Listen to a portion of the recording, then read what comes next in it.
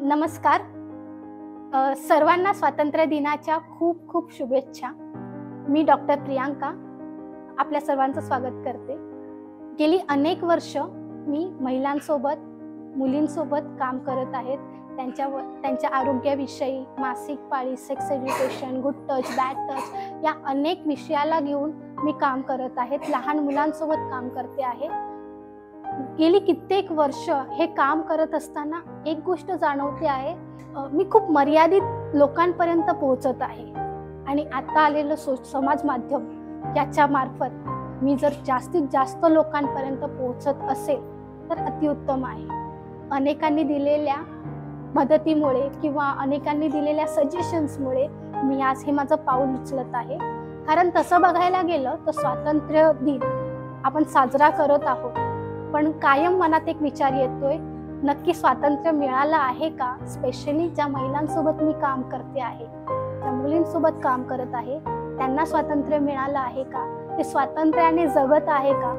त्यांना आरोग्याविषयी स्वतःचं स्वातंत्र्य मिळालं आहे का? त्यांना पुरेपूर नॉलेज आहे का स्वतःविषयी?